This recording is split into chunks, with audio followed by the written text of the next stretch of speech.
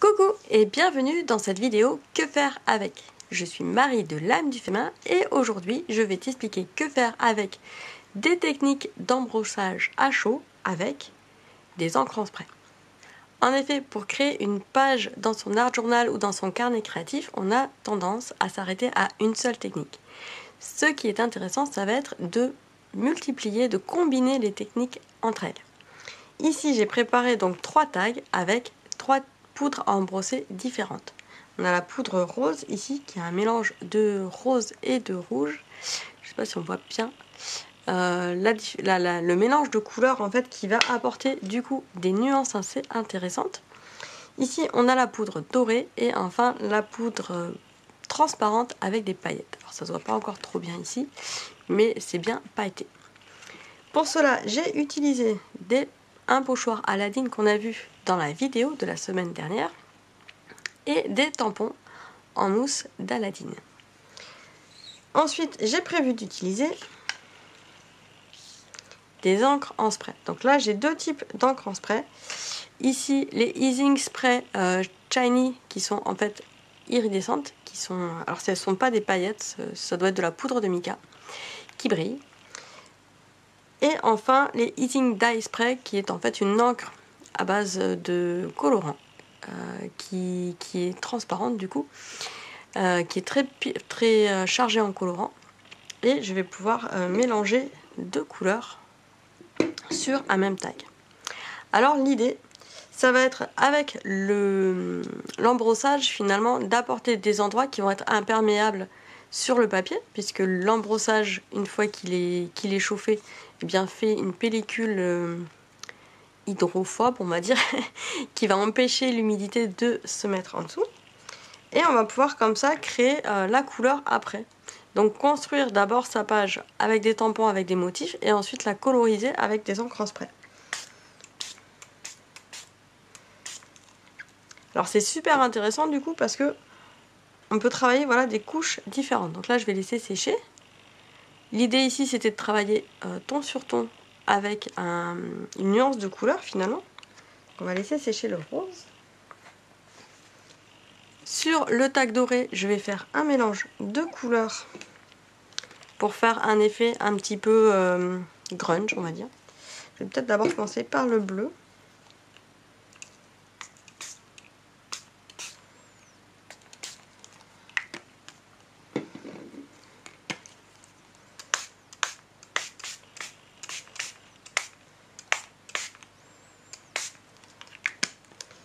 Et je vais pouvoir nuancer du coup la couleur avec un chiffon en absorbant le trop-plein.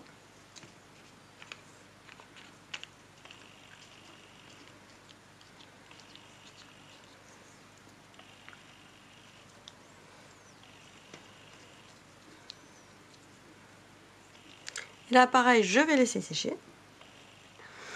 Et enfin le tag avec la poudre embrossée transparente à paillettes et l'encre en spray bleue cette fois-ci. Et là je vais chercher à vraiment faire quelque chose de très saturé en couleur.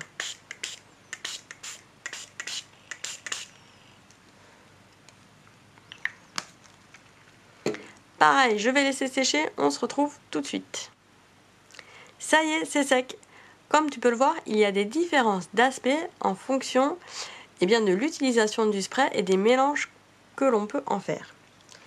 Ici, on a quelque chose de très poudré en faisant simplement un spray très lointain, très aérien, qui va pouvoir nous permettre de travailler en ton sur ton, de faire quelque chose de très léger au niveau de la composition. Là, j'ai utilisé donc le spray de façon très concentrée. J'aurais presque pu l'étaler au pinceau finalement.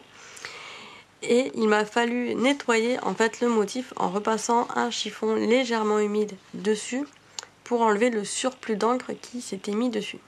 Alors l'astuce c'est d'attendre quand même que l'encre soit bien sèche tout autour sur la partie papier pour enlever le surplus qui s'est déposé en fait sur la partie embrossée. Sachant que de toute façon la partie embrossée est imperméable, donc si tu n'utilises pas une encre sur support, qui ne va pas adhérer sur un support non poreux, eh bien tu pourras l'enlever quand tu le souhaites avec un chiffon légèrement humide. Là, on a vraiment un effet très sympathique avec un motif qui est embrossé, donc en relief, qui va être légèrement iridescent parce qu'en fait il a des petites paillettes. On a une encre brillante iridescente aussi. Donc on a vraiment quelque chose de très très lumineux et sur lequel on va pouvoir continuer à rajouter un élément principal, par exemple des mots, des écritures, une photo, enfin tout ce qu'on souhaite par-dessus. Et là, par contre, j'ai quelque chose de beaucoup plus vintage, on va dire, beaucoup plus chargé, avec des éléments en doré, des vraies dorures, et un fond très foncé avec des encres très très concentrées. L'avantage de les mélanger en fait quand on fait le spray, c'est qu'on a vraiment un mélange des encres qui va s'effectuer sur le fond de la page, qui va être complètement aléatoire, enfin à peu près aléatoire parce qu'on cheat quand même certains endroits, mais ça va pouvoir se refondre en bougeant finalement le papier, avec des zones un peu plus humides. J'ai appliqué aussi le chiffon pour un peu absorber le surplus, pour éviter d'avoir quelque chose de trop chargé, mais j'aurais pu finalement laisser sécher pleinement. Et comme pour les autres tags, j'ai enlevé le surplus d'encre qui s'était déposé en fait sur la partie embrossée avec un chiffon légèrement humide. Là, on est vraiment dans une autre ambiance finalement, qui fait un petit peu vintage, un petit peu rétro, et ça peut être super sympa du coup pour explorer ce genre de design, tout simplement. Voilà, donc trois façons finalement d'expérimenter ces sprays avec de la poudre à embrosser, qu'elle soit opaque ou transparente, c'est pas un souci. En tout cas, ça fait des super effets, donc à combiner absolument dans ton art journal ou tous tes carnets créatifs. Si tu as aimé cette vidéo, je t'invite à mettre des petits pouces en dessous en n'oubliant pas de te laver les mains. Si tu as aimé les produits que j'ai utilisés, tu retrouveras les liens sous cette vidéo pour pouvoir les acheter. Ce sont des liens affiliés. Enfin, pour découvrir toutes mes futures vidéos, abonne-toi à la chaîne pour les recevoir directement. Je te souhaite une excellente semaine.